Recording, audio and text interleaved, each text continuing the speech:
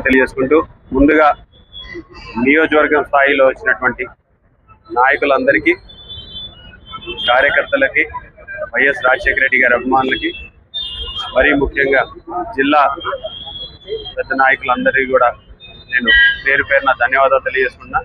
ముఖ్యంగా మా నంద్యాల నియోజకవర్గానికి సంబంధించినటువంటి ప్రతి ఒక్కరూ కూడా దీనికోసం కష్టపడినారు. మరి వారందరికీ కూడా నేను హృదయపూర్వకంగా ధన్యవాదాలు తెలియజేసుకున్నా. నాయకులకి, అభిమానులకి, కార్యకర్తలందరూ కూడా పేరు పేరున నాకు కృతజ్ఞత. 35 రోజులైంది, 37 రోజులైంది.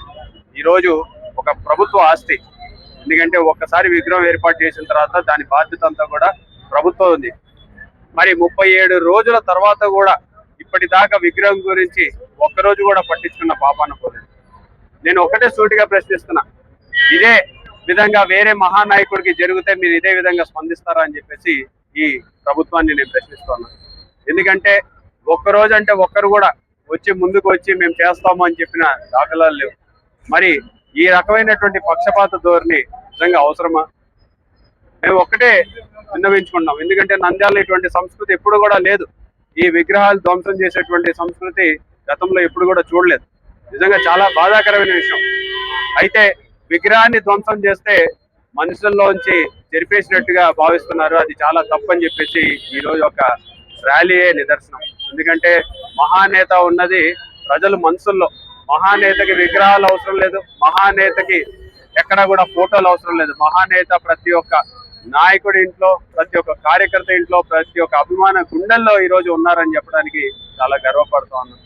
మేము ఒకటే విన్నవించుకుంటున్నాం, మహానేత ఏ పరిపాలన తీసుకొచ్చాడో రాజన్న రాజ్యం అని చెప్పి ఈరోజు దగ్గర 23 సంవత్సరాల తర్వాత కూడా ప్రజలందరూ కూడా దగ్గరగా 2009లో చనిపోయినటువంటి వ్యక్తిని ఈ రోజు కూడా మనం స్మరించుకుంటున్నామంటే ఆ ప్రభుత్వం ఏ రకంగా పనిచేసిందో ఒక్కసారి ఆలోచించుకోవచ్చు.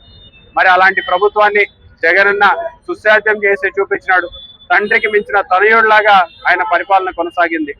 మరి అయితే ప్రజలు ఇచ్చిన తీర్పుని గౌరవిస్తూ ఈ 2 సంవత్సరాలు కూడా ఓర్పుతో ఉంటున్నా సరే ఈ కూటమి ప్రభుత్వము ఎన్నో మాయమాటలతోటి అధికారం ఎక్కిన విషయాన్ని ప్రజలందరూ కూడా గుర్తు చేసుకోవాలి.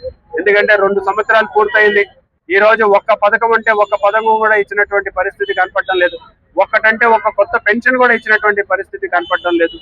ఇవ్వకపోగా ప్రతి ఒక్కటి కూడా ఈ కూటమి ప్రభుత్వం ఏర్పడిన తర్వాత ధ్వంసాలు చేయడము, లేకపోతే నాయకుల మీద కేసులు పెట్టడం తప్పితే ఎక్కడా పరిపాలన మీద శ్రద్ధ పెడుతున్నట్టుగా కనపడటం లేదు. మరి ఇప్పటికైనా 2 సంవత్సరాలు పూర్తయింది. మీరు ఎన్నో హామీలు ఇచ్చి ఈరోజు అధికారంలోకి వచ్చారు. ఆ హామీల్ని నెరవేర్చే దిశగా ఈరోజు మీరు పరిపాలించాలని చెప్పేసి మేము ప్రభుత్వాన్ని కూడా కోరుకుంటున్నాం. ఎందుకంటే ఆ మహానాయకుడు లాగా ప్రతి వీధిన విగ్రహాలు కావాలి. రేపొద్దున మీ పేరు ప్రజల మనసులో ఉండాలి అంటే ఖచ్చితంగా మీరు ప్రజలకు ఇచ్చిన మాటలు నిలబెట్టుకోవాలి. ఈరోజు జగనన్న 5 సంవత్సరాలు పరిపాలించినా సరే మాట ఇస్తే మాట తప్పడు అని చెప్పేసి ఈరోజు జగనన్నకుంది. మరి అదే విధంగా చంద్రబాబు నాయుడు కూడా మాట ఇస్తే మాట ఖచ్చితంగా నిలబెట్టుకోవడానికి ఒక పేరు కూడా ఉంది. మరి ఈ వ్యత్యాసం ప్రజలందరూ కూడా గమనించాలి.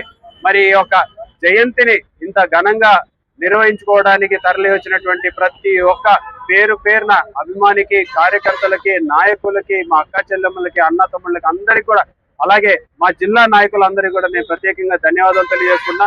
ఎందుకంటే చెప్పిన వెంటనే వాళ్ళ ఊర్లలో కూడా కార్యక్రమాలు చేసుకుంటూ మళ్ళీ ఇక్కడికి వచ్చేసి దీన్ని ఆశీర్వదించినందుకు ప్రతి ఒక్కరికి కూడా ధన్యవాదాలు తెలియజేసుకుంటూ సెలవు.